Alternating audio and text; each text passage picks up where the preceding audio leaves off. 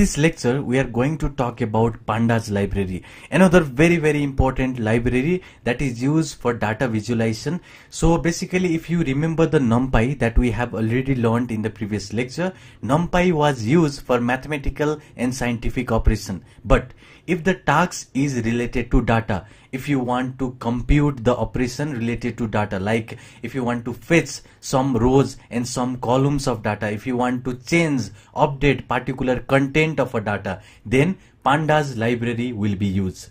Not only is the pandas library a central component of a data science, but it is also used in conjunction with other libraries that is in the collections like numpy. We have already learned numpy. So pandas is also built on the top of numpy package. That means a lot of structures of numpy is used or replicated in pandas. So data in pandas is often used to feed statistical analysis. Like if you want to just make some data pre-processing tasks, like if you want to refine your data before just before just giving it to the any machine learning model, then you have to first of all just make your data pre-processing. So the data pre-processing step is done by pandas. So basically we will know that in the long run we have to know one thing, that whenever we are making any machine learning project, whenever we are making any machine learning project means whenever we are implementing any machine learning algorithm, then data is the important characteristics, because we are going to train our model using that data. So if the data is basically pre-processed, if the data is very much accurately mentioned and the structure is very much basically the well structured, if the data is well structured, if the information represented by the data is valid, then the model will have highest accuracy.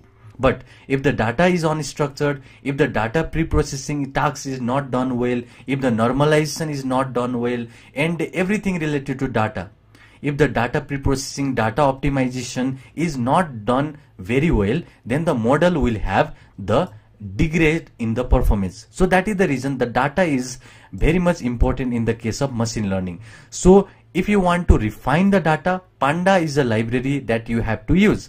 If you want to just make the pre-processing of data, if you want to just basically refine your data, if you want to compute some operations on your data, then the pandas library is must. So first of all, we have to learn about the pandas library before actually going into the machine learning project. So let's do some of the basic operation that we have to learn before going into the machine learning project. So we are going to now implement a pandas library. So pandas library doesn't come pre-installed with this miniconda. So first of all, if I just go over here, and now it's time to just install this pandas library. So in order to install, we have this pip install pandas. So this is going to install the pandas library on our machine.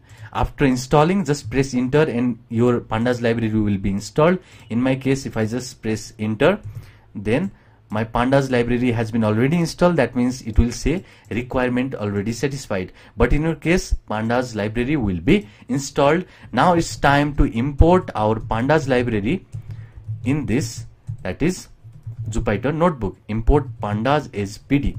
So I'm just importing the pandas and renaming it as PD. Now let's go over here and let's do some of the operation that is related to pandas. So basic operation that we have in the pandas is related to the core components of pandas, that is series and data frames. The primary two components of this pandas library is basic operation that is related to series and this data frame. So first of all, what is series? Series is basically this single column. This is column. So this is one series and this is another series. You can say this apple column is one series and another series here is a orange series. Now this data frame is a multi-dimensional table. You can see this is a multi-dimensional table that is made up of this collection of series. So basically this structure over here that is having this row and a column structure is a basic structure of your data frame. So everything that you download from Kaggle or any other website, the data that we are going to use in the machine learning will have this structure. That is, it will have some that is column and some rows, where this number of rows represents the observation, this data, these values are our row or record, and this column here, the column name is basically our features. This is input. So this is our basic data frame. Just remember that the two core component of pandas are series and data frame, where series is one column, and whenever those column mix up, we get this data frame. Now let's implement this data frame from our code. Let's create this data frame. So firstly, what I'm going to do is I'm going to just create a data. So firstly, I'll just say PD here, and over here I'm just going to create a data. And in order to create a data frame, we use this, that is curly braces, and give firstly, that is apples, which is the first column name. If you see in the data frame, this is our apples. So this is the first data frame, and let's give the value to it, 3, 2, we have 0 and 1. So these are essentially this value, 3, 2, 0, 1. This is the value for our apple. Similarly, we have second column, which is second series. So I'll just make here second series, which is oranges, and this oranges will have again the values, and I'll just say 0, 3, 7 and 2. So these are essentially two series. So we have now two series. Now next thing is to create, that is our data frame. So let's create another cell over here, and in this cell I'm going to say like maybe purchases goods. So the goods that has been purchases is going to be our data frame. And to create a data frame, we have this pandas library, and inside this we have this data frame, and we are going to give the data to it in order to create the data frame. Now if I just basically run this code by printing this good purchases, so I just forget to run this data. So let's run this one, and now let's run this code. Then you will see our data frame is ready, where our data frame has this, that is series, different series, and the collection of series is this data frame. Now you can see each of these are rows. This is 0 row, this is first row, this is second row, and this is third row, and these are apples, these are first column and second column. So basically data frame is a combination of rows and columns. So now next thing what we can also do in this is, basically if I want to do something like, let's say if I say good purchases, if I do something like this, let me just refine our data frame with something that is called as index. So I'll just say data frame, and in this data frame I'm going to give the data again, and now I'm going to just say index. If I want to just remove this 0, 1, 2, 3, 4 and put my own index, then I'll just say, so I'll just say first one is the product of Lily. So this is a good that is bought by Lily. Second is the good that is bought by Robert, and third is that is from David. Let's say that is from David, and the last product is bought by Lily. Then if I print this, and if I print our good purchases, then you can see the indexes over here, this 0, 1, 2, 3, 4 indexes has been changed with this index attribute. So this is our output. Clearly we can see this output. Now what if I want to see the things that is purchases by maybe this Lily? So let's get the purchase that is done by Lily. So for that we just first of all get this data frame, and inside that we use this loc. This is a location, and this location, inside this location I'm going to get this Lily, and if I print this, then you can say Lily has bird. So we have these two Lily, so I'll just say per, and if I print now if I get the thing that is bought by Lily, then you can see Lily bought 1 oranges, 1 apple and 2 oranges. So in this way you can access a particular record, particular row by this loc command. So this is very, very important if you want to access these particular things. Now next thing what we can also do by using this panda library is, that is loading the data and accessing or basically manipulating that data. That is very, very important task of our pandas library. So let's download some of the data set from this Kaggle. So let's go to the Kaggle and this search for this IMDb data. So just copy this IMDb data and just search over here. Also you can search in the Google, just search IMDb datasets in the Google, and it will come this website, IMDb datasets, and just go on one of these websites and you will get this link over here. And in this link you can download this file of 134 KB. If you want to download a little bit more, you can do it, but I'm just downloading this particular file of 134 KB, and that after downloading I'm just importing in this project folder. Then you can see IMDb report is right here. So this is our CSV file where you have this column right here. You can see these columns over here where we have this rank of the film, title, genre, and description, director of the film, and everything, and the actors of the film, everything. This is our complete data set. So this is the data set that is inside this CSV format. Now make sure that first of all the project that you have opened, in my case this is machine learning project file, and this file that you have downloaded is inside the same project folder. So for that we have done something like, you can see I have created a demo folder, and inside this demo folder I have just downloaded this IMDb project data, this data that is downloaded from this Kaggle. This is the data that we will get from the Kaggle, and I have just pasted it over here. And the file that we are being using basically in this Jupyter notebook is also inside the same directory folder. So make sure that this file where you have saved this file and the data is inside the same directory. So after doing that, let's do something like, let's load that data. Let's do some manipulation using that data. So I'll just say manipulation done by pandas. So now this is the step that is done by the panda. So firstly, just remember, panda can be used to create these data frames and everything. So we can create the data frame, give the name to each of these columns and so on. So first task is that, and second task is pandas can be used to do some manipulation on the data sets. You can just use any online data set for now, but in the upcoming lecture we are going to create our own data sets while learning machine learning. But for now we are going to just use the data set that we have downloaded from this website. So just download this website. After downloading you'll get some file. Let me say we got this file, and here is this data, and just load that data and save that in a folder, like in this folder where you have this same project file. And after that I'm going to go in this file and just see this is our, that is IMDb movie data, and in here I'm going to load using our panda. So I'll just say movies, and we are going to use this panda library, and inside this panda library we have this read_csv method. Read_csv method is going to make us read this particular file. In our case this is a CSV file.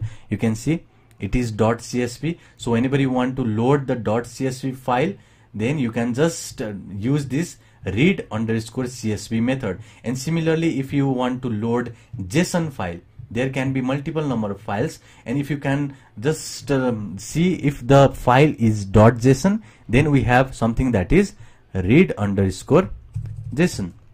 We have read_json in order to read the JSON file. Since our file extension is CSV, you can see our file extension is right here, .csv, then we can use this CSV, read CSV. Now just give the name of the file that we have just downloaded, that is IMDb datasets that we have downloaded from the Kaggle. So just use that name over here. Make sure that first of all this file is over here.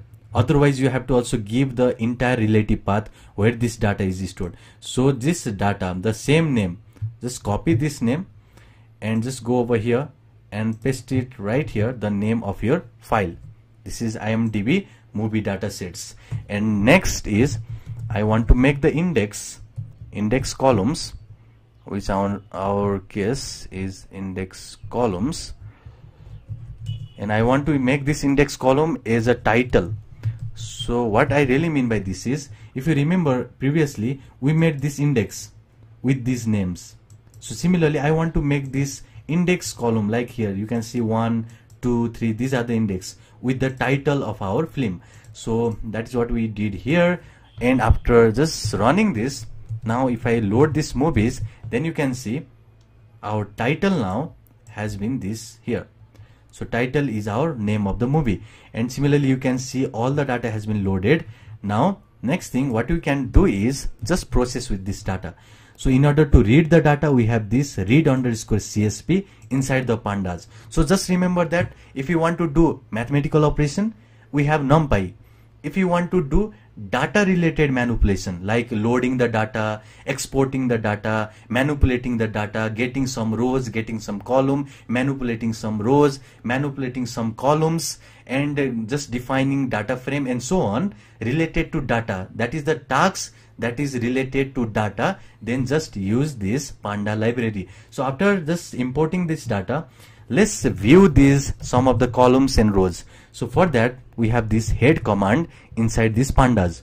So if I just run this, then you can see we got first 5 data from our these movies. So if you want maybe 10 datas, then you can just give this 10 value inside this head command, and if I run this, then you can see now we have now 10 data. So default value will be 5. If you don't put anything over here, then it is going to give us 5 data by default, but if you put that is custom value like 2, then it is going to give us only 2 values. So you can see head is going to give us the data from the beginning, and if I want that is from the end, the data from the end, maybe from end here, let me show you from the end. So from here we have, you can clearly see we have 1000 record, and if you want the data from the tail, then you can use this tail command. So if I want that 1000 data, if I want these 2 data like 999 and 1000 data, I can use this tail and just give 2 to it, then you can see I got 1000 and 999 data.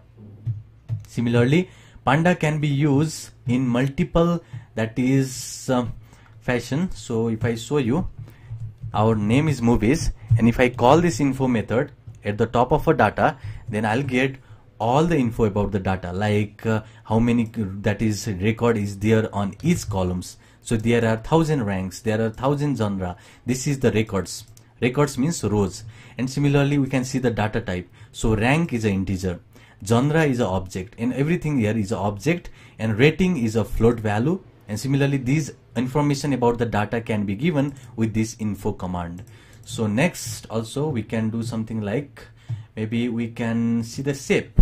So if I just do movies.shape, shape is going to give us that is number of rows and columns. So we have 1000 rows, that means 1000 record, and 11 number of rows. You can count here, we have from 0 to 10, that means we have 11 columns and 1000 number of rows. So this first one is for rows, second one is for column, and we can access it by this shape attribute.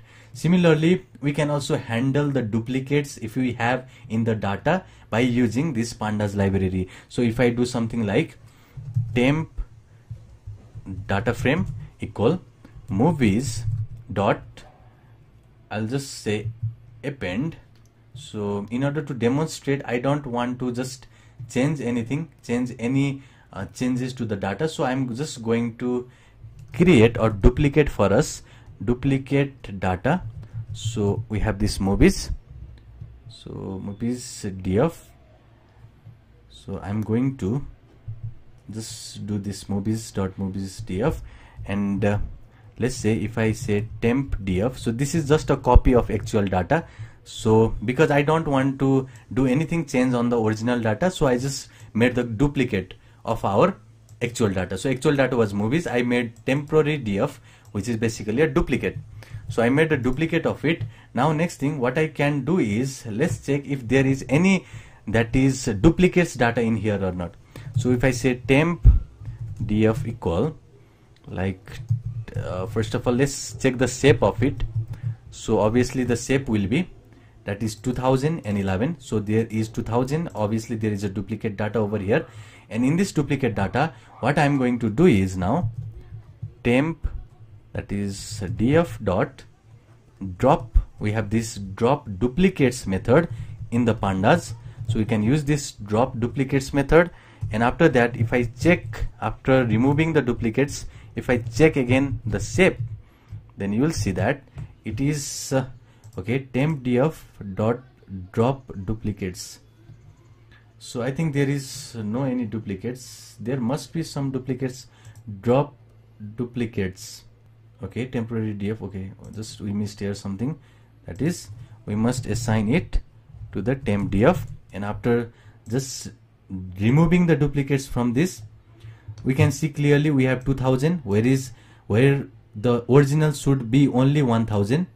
So we made a duplicate of 2000, and now we just drop each and every duplicates so that we have only the unique values. Now if I run this, then again it is reverted back to 1000. So duplicates has been removed by using this drop duplicates method of pandas. Similarly, if I do something like, let me show you one special argument here. What if I do something like, let me show you, temp underscore df dot drop duplicates, same as before operation, but now inside here if I say in place equal true, if I do something like this, then now clearly this in place equal true is basically going to make sure that basically there should not be creation of a new object.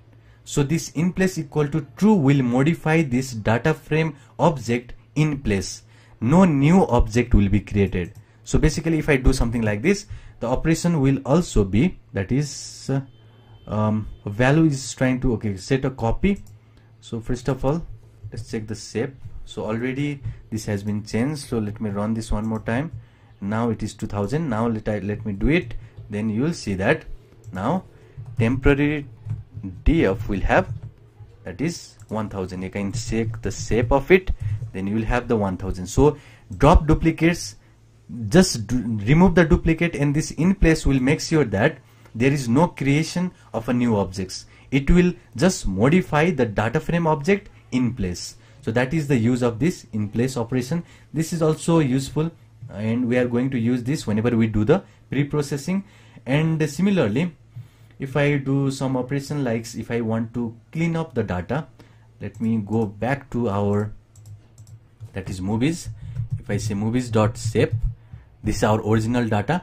So in the original data, if I check all the columns, so movies.columns, if I check all the columns, then you can see we have the columns name from rank, genre. You can also see in this data, in our data we have these columns. So rank, genre, these are all the columns. So we can access these columns from here.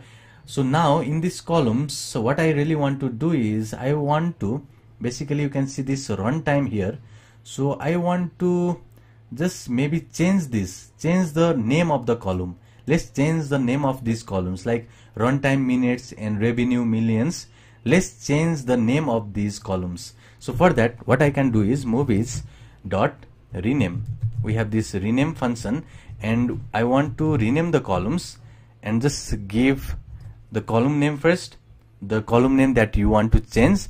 So I want to change runtime minutes. This is the first column that I want to change, and let's give the new name for it. So new name will be over here. So I'll just say this name, the new name will be runtime. Just give it as a runtime. And similarly, let me go down, and similarly I want to also change the name for this revenue millions. So we are just changing the name of a columns. So I'll just want to change these revenue millions to maybe revenue. Okay, I want to change it to revenue underscore millions. So if I want to change to it, and I want to do in place, the change should be in the place, no new objects should be created. So in this way I just made this, and now if I check our new columns name, so if I do this, then you can see now our change has been done. So this change, you can see this runtime minutes has been changed to only the runtime, and similarly this revenue millions has been changed to revenue underscore millions. So we can use this rename function in order to change these values. And similarly we can also do some of the operations. If you want to, maybe let's do here some of the operations, some of the advanced operations like list comprehension. So what if I want all of these columns name to be in a lowercase. So for that I will first of all access the movies and columns. So I'll just say columns. So I'll just access the columns, and in these columns I'll just say column dot lower. So lower function is going to make all of these into the lower, that is string into the lower. This lower is a string function for each call in movies. So this is a list comprehension. Now if I just see the columns, each and every will be changed into the lowercase. You can see it is a capitalized rank, but it has been changed into the lowercase. Each and every column name has been changed into the lowercase. If you want upper, then just do here upper, and you can see each and every column name has been changed to upper. If you want to do maybe capitalize and so on, you can do by using different function. So this way we can just change the column name also. So now the next thing that pandas does quite effectively is handling of missing data, but we are not going to cover that in this lecture. We have a dedicated video which is data pre-processing video, where we are going to learn about how to handle the missing data from scratch using this panda library, and we are going to cover that in the upcoming lecture. For now, this is all we have to know about the pandas. So pandas is very much important library. Just remember the two core component, that is series and data frame. Data frame is a collection of a series, where series is essentially a single column, and we created a data frame from scratch. Similarly, we load the data. If you want to load the CSV file, we have this read CSV method. If you want to see the information of the data that is inside this data file, then you can use this info. Similarly, this shape will give the number of rows and columns, and we can also drop the duplicates if you have any duplicates in your data by using this drop duplicates method. We can also access the columns, and similarly we can rename the column name if you want. We can just change the case of our columns name also, and so on. These operations are a data manipulation. We are basically changing the way that our data looks. That is always a data manipulation. So whenever there is a task of data manipulation, we always use the function that is defined inside these pandas. We will be using these pandas often in the upcoming lecture while we will be making machine learning models. But for now, you have to only remember these pandas is a collection of two more components, and it is going to be used for data manipulation. So that is all in this lecture. See you in the next one.